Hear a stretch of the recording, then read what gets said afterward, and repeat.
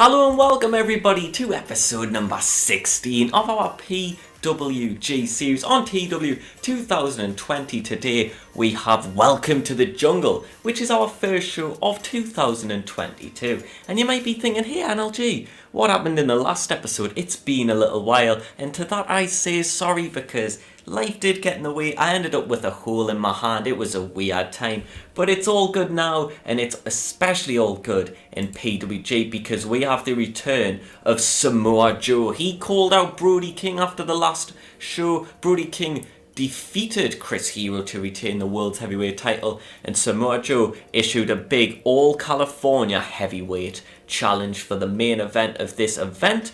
Also on the card, Dragon Lee defeated Daniel Maccabee, Laredo Kid defeated Ricky Marvin, Top Flight succumbed Tony Deppen and Freddie Yhai to another loss. Chris Dickinson won a beefy contest against Caveman Ugg and Shigehiro Irie. Mick Moretti, Robbie Eagles and the Velocities, our World Tag Team Champions, were victorious over America's Calvin Tankman, Lee Moriarty, Myron Reed and Willie Mack. Mexa Blood, Bandito and Flamita defeated Doyoshi of the Dragon Gate promotion over in Japan, and of course, as mentioned earlier, Brody King defeated Chris Hero to retain the World's Championship. That leaves our current champions as Brody King and the Velocities. Brody King with 2 defences in his 105-day long reign, the Velocities with 0 in their 70-day reign. We come to you tonight with Welcome to the Jungle, and let's get this show on the road. We kick things off with a bout in front of 782 people that sees 2 debuts. Is the music on? There, the music's on. So we see a debut for Christian Casanova here, coming in through the IWTV Alliance as he battles another debutant, California's own the powerhouse Will Hobbes, and the embodiment of willpower is victorious. He defeats Casanova in just shy of 9 minutes with a brutal power slam, getting a slightly higher rating in ring than Casanova. Of course, since I booked this match, Casanova has signed to NXT by all accounts, and Will Hobbes has of course continued to do even more great work over in All Elite Wrestling as a member of the Team Taz faction. Will Hobbes, this save started in last August, which is 9 months ago, which is scary to think.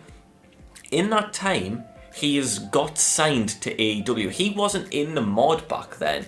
No one actually outside of the California scene really knew who he was, and he wasn't a big name within it then. It's mental to think of just how much can change in 9 months. In professional wrestling, Will Hobbes has now become somewhat of a, not a household name, but a solid name in American wrestling now through his work in AEW, and now he is here in his home state's top promotion, PWG. We have some of the best heavyweight powerhouses in the world. 2 of the best fight later tonight in our main event, representing California. Could that be Will Hobbes one day? We'll have to find out. Considering the lack of popularity that he has in this save, that is a very great performance for him to kick off his PWG career. Next up, we have a 54 where in a bout that had good heat and a decent reaction from the crowd, Myron Reed, the man who in real life recently just won back MLW's, I believe it's the, the middleweight? It's the middleweight, I do believe, championship against Leo Rush. He defeated Tracy Williams here with a coloured splash apparently. He gets the win in 13 minutes and 34 seconds. Hot Sauce Tracy Williams with a 53. Myron Reed with a 57. A man who was only being defeated in PWG by one man, and that man is the Dirty Daddy Chris Dickinson. Myron Reed has been pinned by one man, that is, and that is insane. He's fought quite a bit now in the near year that he's been here, and he's won almost every single singles bout that he has fought in, and tonight was just another showcase of that. A man to watch here in the future of PWG may very well be in Myron Reed's hands. We follow this up. Ladies and gentlemen, what do we get? I've clicked next segment, but just hasn't registered, weirdly. As we get a 68, where in a bout that had superb wrestling and a decent reaction from the crowd, MLW's National Openweight champion in real life, Alexander Hammerstone, defeats the Dirty Daddy Chris Dickinson in 14 minutes and 42 seconds by a pinfall with a stone breaker. I'm going to be honest, I booked this match a month ago. I don't know why Chris Dickinson lost this match, but I booked him to lose it. It makes no sense to. I'm sure I had a reason. That reason has evaded me now. Chris Dickinson with a 69, a solid in-ring performance there. Hammerstone with a 58. I'm sure you'll get more popularity and higher ratings due to the victory over the Dirty Daddy Chris Dickinson there. But as Stonebreaker grabs Hammerstone, his biggest win in the Globe Theatre to date, as Dickinson is unsuccessful in singles competition. But however, I am sure that will drive him on to be a better performer in PWG in the future and to get more wins, because you could argue he was only 1 or 2 victories away from a championship match against either Samoa Joe or Brody King.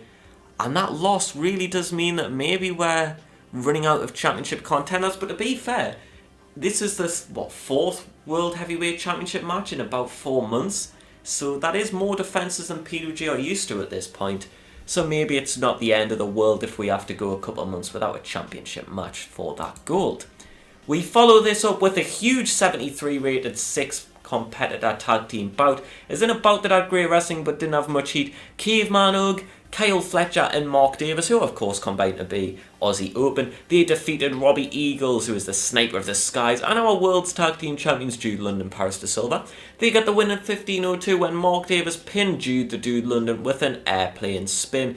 Those two teams fought recently, just last weekend, at PWA's Aussie Open vs Velocity's match-up event. The match was so big that the show was named after it. That's how big of a match that is. A dream match for Aussie tag team wrestling, kind of just tag team wrestling in general at this point.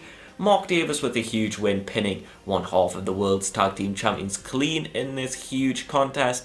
And I'm sure that that will earn Aussie Open a World's Tag Team Championship match down the line against the Velocities. Davis with a 58, Fletcher with a 54, and Ugg with a 56. A 72 for Robbie, a 63 for Jude the Dude, and a 69 for Paris de Silva. Caveman Ugg seemed off his game and still got a 56, so that shows the growth of him here, as he has turned into one of the best heavyweights in independent wrestling in the last few years, in my opinion. But yeah, a great match, gets the crowd buzzing. A 73 is a fantastic rating when you consider the popularity of a lot of these guys. These aren't quite our top stars. They're kind of middle of the card pack level for us right now, which is that's no slant on them, because they are all incredibly talented. They just don't quite have the name value that a lot of people on our roster have right now in the game. However, they are proving that they can deliver on the same level, if not a higher level, than anyone else on the planet. Up next is a 59, where in a bout that had good wrestling and a decent reaction from the crowd, Willie Mack battles Fred Yhai and Tony Deppen in 17 minutes and 20 seconds. Willie Mack gets the win. He pins Yhai with a chocolate thunder bomb. Yhai with a 58, Deppen with a 55, and a 56 for Willie Mack there, as California's own gets the victory. A huge win for him there, a win he really needed in this company since his return. Fred Yhai and Tony Deppen just really struggling to coexist there in the triple threat matchup, and it seems like those unlikely friends are becoming very likely enemies. And it's sad to say, you know, they really did look like they were on the cusp of becoming tag team champions just not too long ago, and now it looks like they are heading towards a war as they struggle to coexist.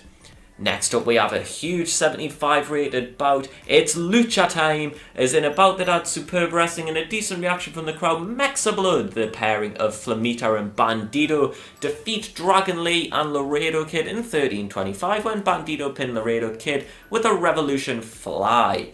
Laredo with a 60, Dragon Lee with an 88, my oh my. That is a rating and a half. Bandito pulls an 81, Flamita gets a 74, but Dragon Lee pulling an 88, and he can pull me with ratings like that. Fucking hell. That is incredible. Fair play to Dragon Lee. Whatever you're doing right now, ladies and gentlemen watching at home, stop it. Just give that man a round of applause. He deserves it. What a performance. It wasn't enough to get the win, but fair game to him. He really goes all out, does Dragon Lee. But yeah, Bandito and Flamita pick up another huge tag team victory, as they look like they could be another contender to the throne of the Velocities. We have Aussie Open and we have Mexa Blood, both top contenders. top heirs to the throne. And I believe next it's Brody King versus Samoa Joe, I would imagine. And it gets a 76, as in an exceptional match. The Samoan submission machine, Samoa Joe, returns to PWG, and it takes 21 minutes, 26 seconds, and 3 successive gonzo bombs. But your world's heavyweight champion Brody King retains. It took everything. The man was covered in a crimson mask by the end of it, but he puts away one of the best fighters that California has ever produced in the art, the sport of professional wrestling. And yeah, sure, it might not be 05 Samoa Joe, it might not be prime Samoa Joe, it might not be peak Samoa Joe, but that man still has it, and Brody King defeats him clean. It didn't take 1 gonzo bomb, it didn't take 2, it took 3, but he still beat him. He pulls out the Kikina clutch, he throws Samoa Joe over him, crashing into the canvas, and hits that one last gonzo bomb for the victory. Brody King with a 75 to Samoa Joe's 65. I remember when Brody King won the gold. I'll be honest, I was a little bit skeptical. It was an experiment because I was thinking, if he doesn't start getting higher ratings, this is going to be a disaster. But he's starting to pull those higher ratings. He just went 21.5 minutes, pulled a 75, and that is quite good. Only 2 people on the show tonight outperformed Brody King, and that was Bandito and Dragon Lee. And to be outperformed by them isn't necessarily a bad thing, because in my opinion, they are 2 of the very best junior heavyweights in the globe. But there we have it, ladies and gentlemen, a phenomenal event, maybe one of our best yet, if not our best yet. We had a 73 rated match, a 75 rated match, and a 76 rated match.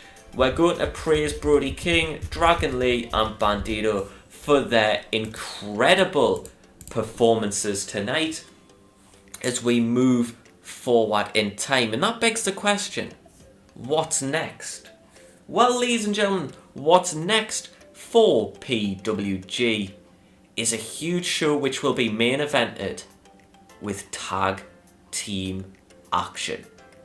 Aussie Open are contenders to the throne, but they're not the only ones, because the Mexa Blood have also earned it.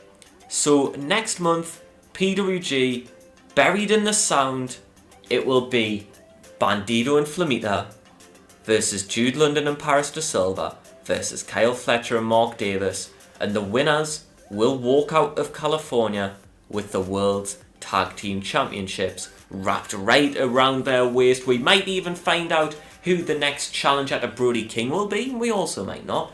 We also might find out what's coming next between Fred Yhai and Tony Depp. And we have some emails here. Casanova and Samoa Joe have left the company. Fred Yhai thinks powerhouse Will Hobbes is going to be a star. He is worth pushing hard, and that is true.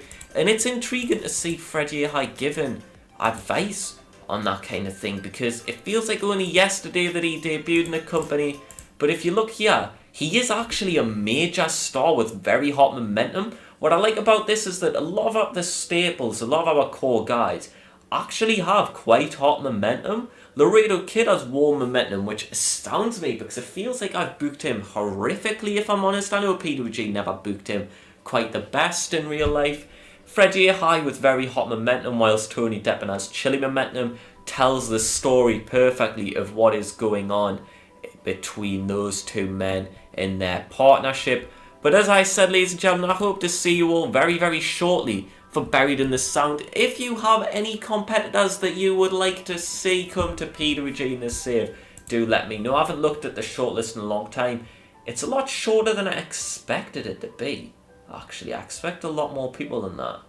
But fair enough, I'm sure we'll work out who needs to be brought to the Globe Theatre. We have Buried in the Sound, and then after that it will be All-Star Weekend, where I am hoping for a championship match in the main event of both nights. Thank you for watching, and I hope to see you all soon for some more Guerrilla Warfare.